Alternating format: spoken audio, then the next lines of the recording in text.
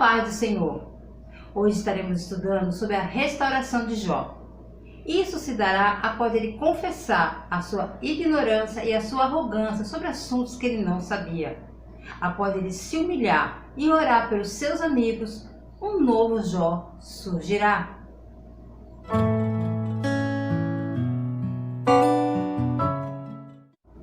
Bem-vindo a mais um Resumo EBD. Para você que é novo por aqui, eu sou a diaconisa Tânia Anjo, sou professora de Escola Bíblica Dominical. E chegamos ao final desse trimestre de 2020 das lições bíblicas da editora CPAD com o tema A Fragilidade Humana e a Soberania Divina, o Sofrimento e a Restauração de Jó. O comentarista desse trimestre é o pastor José Gonçalves, líder da Assembleia de Deus em Água Branca, Piauí. A última lição desse trimestre é a lição 13, que tem o tema Quando Deus restaura o justo. O texto áureo, ele nos diz assim: E o Senhor virou o cativeiro de Jó, quando orava pelos seus amigos, e o Senhor acrescentou a Jó outro tanto em dobro, a tudo quanto dantes possuía. Jó, capítulo 42, versículo 10. A verdade prática diz assim: a restauração do ser humano acontece em razão do amor e da misericórdia de Deus, e não como consequência do esforço pessoal, piedade ou atos de bondade. Leitura bíblica em classe, Jó, capítulo 42, do versículo 1 ao versículo 17. Pegue papel e caneta e anote as referências que aparecerão aqui no vídeo. Quero já pedir para você que não é inscrito nesse canal, se inscreva, ative o sininho, é muito importante. Comente, curta, compartilhe, nos ajude a crescer mais e a levar o ensino da palavra de Deus, ok? Então vamos lá. Desde já quero desejar a vocês uma entrada de ano maravilhosa, na santa paz, bênção multiplicada para a sua família, como na história de Jó, restauração para todos, amém? Vamos lá? Abra sua Bíblia em Jó 42, versículo 1 e 2, acompanhe comigo. Então respondeu Jó ao Senhor e disse: Bem sei eu que tudo podes, e nenhum dos teus pensamentos podem ser impedidos ou mudados. Jó havia dito coisas insensatas, pelas quais ele não entendia. Jó acabou de contemplar a grandeza de Deus, de um redemoinho, de uma teofania de Deus, onde ele faz 70 perguntas a Jó, as quais ele não soube responder nenhuma. Então Jó entende e reconhece que o poder e a justiça de Deus na execução dos seus planos, que a justiça de Deus, o qual Eliú falou a ele, e ele não entendia a justiça de Deus. O pecado de Jó não foi ter feito perguntas a Deus, mas sim ele achar que tinha as respostas. As nossas vidas estão na mão do Senhor. Jó capítulo 42, ainda versículo 3 e 4. Leia comigo. Quem é aquele que diz tu que sem conhecimento encontra conselho? Por isso falei do que não entendia, coisas que para mim era maravilhosíssima e que eu não compreendia. Executa-me, pois, e eu falarei, eu te perguntarei, e tu ensina-me. Aqui ele tá repetindo aquilo que Deus havia dito a ele, né? No capítulo 38, versículo 2. Então, ele está repetindo: quem é você? Quer dizer, o Senhor me perguntou isso. É isso que ele está dizendo aqui nesses dois versículos. E que ele, Jó, diante dos questionamentos, ele fechou sua boca, não se atreveu a responder, e agora ele reconhece que não sabe nada e está arrependido. Então ele vai se humilhar, se arrepender de tudo que ele havia dito. Versículos 5 e 6. Com o ouvido dos meus ouvidos ouvi, mas agora te veem os meus olhos, por isso me abomino e me arrependo no pó, na cinza. Então eu me detesto, Então sabemos que é impossível o homem ver a face de Deus, que ele está dizendo aqui que ele conhecia Deus só de ouvir, mas agora os olhos dele estão vendo. Nós sabemos que é impossível para o homem ver a face de Deus e continuar vivo. O que Jó está se referindo aqui é o seu reconhecimento sobre Deus, que era indireto. O que ele entendia, o que ele conhecia de Deus era algo verbal, era algo indireto, era algo impessoal, era algo racional. Mas agora houve um encontro, né? Houve a teofania de Deus, houve um encontro pessoal da presença viva de Deus, que penetra todo o ser de Jó. E agora, Jó conhecia Deus por experiência própria. Então, tudo que ele sabia de Deus era só de ouvir. Mas ali, naquele momento, quando Deus se manifestou ali a ele, naquele redemoinho, os olhos dele viram e o ouvido ouviram, e ele sentiu dentro do seu ser. Então ele teve uma experiência pessoal com Deus que fez toda a diferença na vida dele. E ele diz isso, que ele conhecia Deus de ouvir, assim como os seus amigos também. Mas agora os olhos dele viram, ou seja, ele pôde sentir realmente a presença de Deus. E é maravilhoso isso, porque isso fez toda a diferença na vida de Jó. Jó capítulo 42, versículos 7 ao 9, acompanhe comigo. Sucedeu, pois, que acabando o Senhor de dizer a Jó aquelas palavras, o Senhor disse a Elifaz, o temita: a minha ira se acendeu contra ti e contra os teus 2 amigos, porque não disseste de mim o que era reto, como o meu servo Jó. Tomai, pois, 7 bezerros e 7 carneiros, e ide ao meu servo Jó, e oferecei holocausto por vós e ao meu servo Jó. Orará, pois vós, e Jó orará por vós, porque deveras a ele aceitarei, para que eu vos não trate conforme a vossa loucura, porque vós não falaste de mim o que era reto, como o meu servo Jó. Então foram Elifaz o temita, Bildade o suíta e Zofar o naamatita, e fizeram como o Senhor lhe dissera, e o Senhor aceitou a face de Jó. Glória a Deus, aleluia. Estou um pouco cansada ainda, que eu ainda estou me recuperando da Covid, mas vamos lá, vamos encerrar esse ano e crendo na vitória, amém?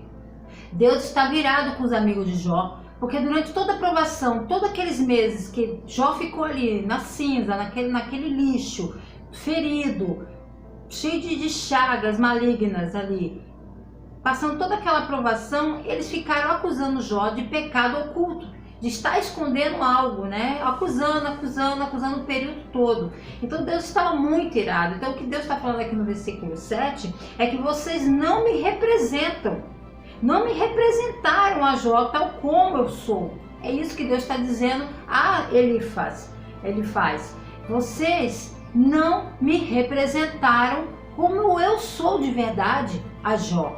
Então eles insistiam na operação de uma lei moral, na lei moral da colheita segundo a semeadura. Eles pensaram conhecer os caminhos de Deus, mas não esperavam pelo que presenciaram. Note que Deus, ele se refere, meu servo Jó.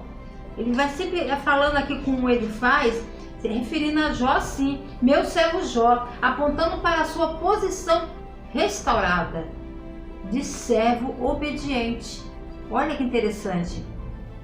Assim que Jó, ele reconhece que ele errou, que ele se humilha ali perante Deus, Deus automaticamente o reconhece como meu servo. Provavelmente ele como ele era o mais velho, é considerado o mais sábio também dos 3, né? Por isso foi escolhido para receber a mensagem da presença divina.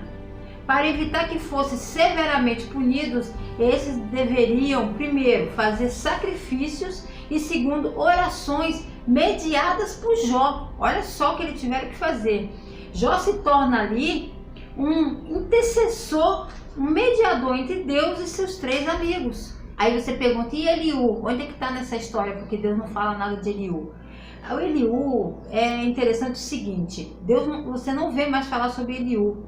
Mas ao contrário dos seus 3 amigos, ele teve muito mais cautela, apesar de não ter sido perfeito, e não poderia ser perfeito nas suas falas, ele teve uma posição teológica que exaltou Deus como supremo e soberano. Então ele exaltou mais a justiça, ele falou do favor da justiça de Deus a Jó, né? Ele o não acusou dos pecados ocultos como os outros fizeram. E os outros insistiam que Jó tinha um pecado a ser confessado. Já Eliú não, ele entende que Jó queria provar sua inocência, e aí que estava o erro, ele se justificar. Então ali que estava o erro, ali que ele conseguiu enxergar. Só que também não foi tão perfeito, mais próximo, mais perto do que os outros 3 fizeram, foi muito mais sério. Por isso que Deus exige dos 3 e você não vê falar do jovem Eliú aqui.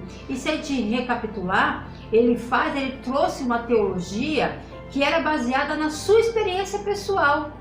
Nem sempre o testemunho de uma pessoa, da vida de uma pessoa, são as minhas experiências, são as suas experiências. Isso são as coisas pessoais, assim como o Jó agora teve essa experiência pessoal, essa teofania de Deus ali para ele. Foi algo pessoal. Se virar para outra pessoa, não quer dizer que com uma pessoa aconteceu daquela forma, que com todo mundo vai ser igual. Né? Não é parâmetro, não é assim que funciona. Então, e ele tinha isso. Era segundo as experiências que ele tinha, é o que ele passava para Jó, experiências pessoais dele. Já a Bildade, a teologia dele, era baseada em tradições de homens. Tradições, não era doutrinas de homens. Era isso que ele trouxe para Jó. Já o Zofar, sua teologia era baseada num aperfeiçoamento pessoal do homem a cada dia. Então cada um trouxe de uma forma muito distinta, mas sempre acusando Jó de ter cometido um pecado, que tinha pecado oculto e que ele tinha que confessar. Então eles não trouxeram misericórdia, não trouxeram o amor de Deus, nada disso. Já Eliú, ele ainda falou da justiça de Deus. Capítulo 42, versículo 10. Desculpa, estou ainda muito cansado. E o Senhor virou o cativeiro de Jó quando orava pelos seus amigos. E o Senhor acrescentou a Jó outro tanto em dobro de tudo quanto dantes possuía. Ao perdoar seus 3 amigos e orar por eles, Jó trouxe de volta as bênçãos para a própria vida. Isso é uma lição para nós. E o interessante é notar que a restauração de Jó está ligado a esse gesto de intercessão em favor dos 3 amigos. Isso é muito interessante, né? Que a restauração de tudo, quando ele faz todo aquele sacrifício, quando ele ora, ele ainda está ali com suas feridas, ele ainda está sem nada, ele ainda é aquele que está ainda naquela situação da provação, e ele fez tudo. Ele poderia não ter feito, mas é interessante que Salmo 51, versículo 17 diz assim: o sacrifício para Deus são o espírito quebrantado. A um coração quebrantado e contrito não desprezará, ó Deus. Então, um coração contrito, um espírito quebrantado, ele nunca culpa ninguém, não joga a culpa no outro, ele não faz exigências, quer dizer, eu te perdoo, mas você fez isso e isso, joga na cara, esse tipo de situação. Porque um coração perdoador não é dessa forma. Ele não obriga ninguém a nada, a nada. Quando me arrependo, estou reconhecendo os erros dos meus atos, das minhas atitudes, das minhas palavras, e não sobre espaço para nenhuma amargura. Quando eu me arrependo, é assim que funciona um coração contrito, um coração quebrantado. A culpa é minha, eu errei, e não jogar para o outro. É muito diferente. E isso nós vemos em Jó. Tanto que ele vai e faz o sacrifício, Deus aceita ele faz sacrifício, ele ora pelos seus amigos e tudo é restaurado na vida dele. A pessoa deve ser aceita primeiro antes que Deus possa aceitar a sua oferta e o trabalho. Isso é muito bonito, porque mostra que para Deus o mais importante é o ser humano, o amor que Deus tem para com o ser humano. Quando nós lemos a história de Jó no início, que há aquele diálogo 2 vezes de Satanás com Deus, nós achamos que ali, alguns pensam que foi uma aposta. Isso não é verdade. Alguns até pensam que Satanás usou Deus para fazer toda aquela maldade com Jó. Não, Deus na verdade usou Satanás para aperfeiçoar mais ainda o seu servo. Ele era um homem íntegro, sim, mas havia falhas, ele não era perfeito. Dizer que Jó era perfeito é um erro. Jó não era perfeito. Ele era um homem, a única pessoa, o único ser que pisou nessa terra aqui que era perfeito foi Jesus Cristo. E passou todas as paixões, todas as angústias, todas as dificuldades que nós passamos. Ele sentiu também em sua carne. Então, Jó ele percebeu que tudo que aconteceu na sua vida tinha um desígnio divino. As pessoas tinham um hábito, algumas irmãs antigamente tinham um hábito de dizer que Deus complica, depois descomplica e depois explica porque ele complicou. Isso não é verdade. Primeiro que Deus não é Deus de confusão. Deus não é Deus de confusão, tá? E você vai ver que na história de Jó, Deus não explicou nada para Jó. Deus não veio, você está passando por isso porque Satanás veio. Não, Jó e seus amigos não souberam e nunca souberam o que aconteceu na esfera espiritual. Nunca souberam do que aconteceu. Mas a gente aprende com a história de Jó que o sofrimento humano vem para todos. Isso está inerente, isso faz parte do ser humano aqui viver aqui nessa terra. E nem sempre alguma consequência virá agora nessa vida. Mas no dia do juízo, no dia do julgamento, no grande trono, ninguém escapará naquele grande dia. Então, isso que é o entendimento para nós. E o consolo que nós temos do amor de Deus. Que Deus tem o propósito de nos aperfeiçoar com pessoas a cada dia. E Jó também, ele possuía um conhecimento de Deus apenas por tradição, de ouvir falar, de um passar para o outro. Mas ali ele teve a sua própria experiência. E todos nós temos nossas próprias experiências com Deus. E é importante isso acontecer. Muitas vezes nós, como pais, queremos poupar nossos filhos de determinadas coisas porque temos nossas experiências. Mas nossos filhos têm que ter suas próprias experiências para entender o que é a vida realmente e ter um crescimento como pessoa nessa terra.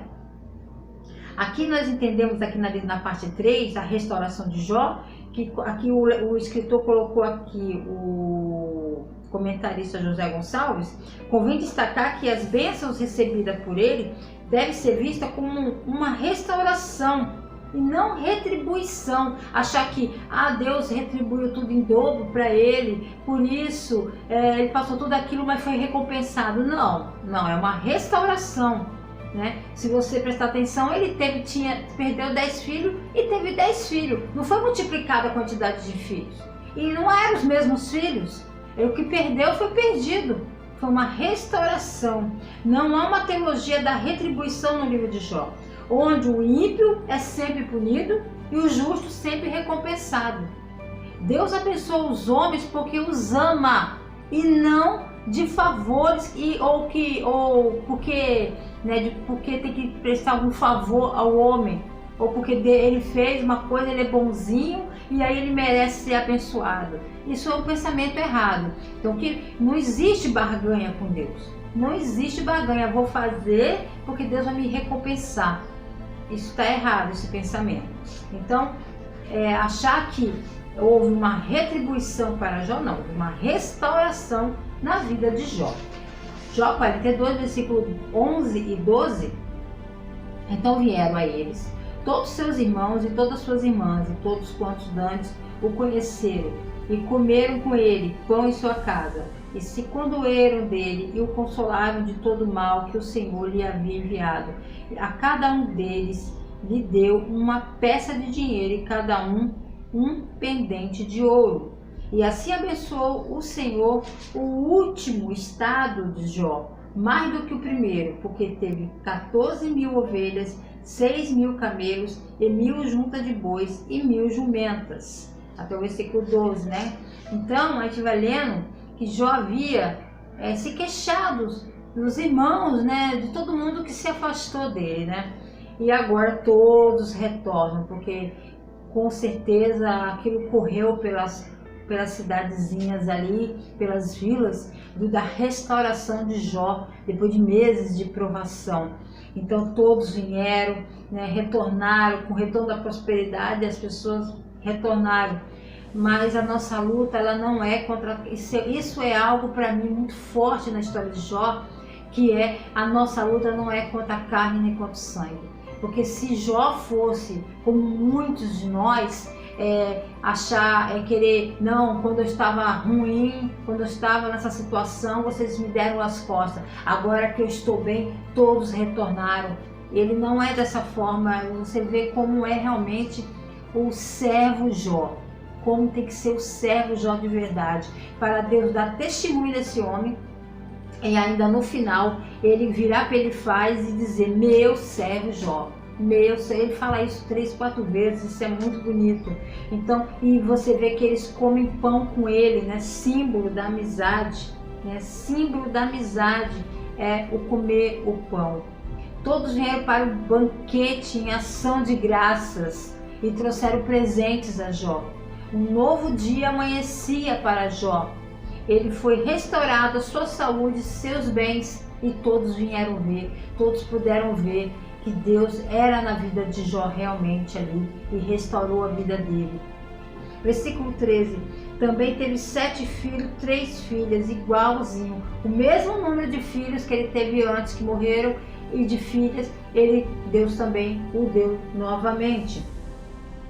Versículo 14, vem falando aqui dos nomes. O interessante é que a Bíblia não fala o nome dos homens, mas fala o nome das meninas, né, das mulheres, né? E o primeiro nome dela, no versículo 14, fala que era Gemina, uma Késia e a terceira Querem Apuque. Os nomes das filhas de Jó citadas, talvez eles tragam alguns significados. Assim, a Gemina significa a luz do dia, talvez fazendo referência dele ter saído daquela escuridão, daquela situação de trevas que ele se encontrava, né, de sofrimento, e de repente o significado do nome dessa primeira filha seja a luz do dia, relacionada a isso. A outra, Késia, né, que significa, que na verdade seria cássia, uma erva aromática muito usada no Oriente também. E a outra, que é a Querem Apuque, é chifre de Stibium, era uma pintura com qual pintava as pálpebras das mulheres. Então o significado é dessa pintura que era feita nas pálpebras das mulheres, esse chifre aqui. Os nomes também demonstram a beleza de suas filhas.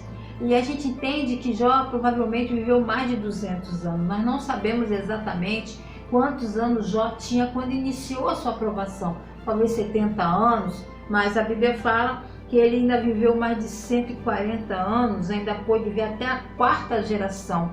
É uma época que os homens viviam bastante ainda, né? O sofrimento dessa vida, ela é temporária. Isso também a história de Jó nos ensina. É temporária. E o de Jó foi intenso, foi muito intenso, mas não durou para sempre. Quando nós entramos numa provação, numa situação difícil, seja de enfermidade, seja perdas, qualquer outra coisa, nós achamos que parece que não vai acabar nunca aquilo, mas é tudo temporário, tudo aqui nessa terra é temporário. E é bem provável que ele lembrou durante o resto da sua vida, e é bem provável. Deus restaurou a vida de Jó, a saúde, os filhos, tudo, sim, mas aquilo que ele perdeu, os filhos, foi perdido. Você pode ter 10 filhos, você perdeu um, você perdeu um filho. É um sentimento que é pro resto da vida. E ele perdeu 10 numa tacada só. Então, provavelmente, ele nunca esqueceu. Nunca, ninguém que luta com Deus vai sair sem estar ferido, né? Mas nós temos uma grande esperança, que uma recompensa eterna, né, no céu. Essa é a nossa recompensa. Tudo aqui é passageiro. Tudo aqui pode ser muito intenso, mas é tudo temporário e não podemos estar apegados a isso aqui. Temos que sempre descansar no Senhor. Descansar no Senhor. Em vez de perguntar o porquê, talvez para quê? Talvez para o seu crescimento. Né? Por quê? Porque a gente não vai ter a resposta. Nem sempre nós teremos a resposta. E Deus não está aqui para isso. Deus não... Olha, tudo que Deus tinha que fazer, Ele fez na cruz do Calvário pela humanidade. Tudo que Ele tinha que fazer por nós, Ele já fez. Agora cabe a nós fazer a nossa parte.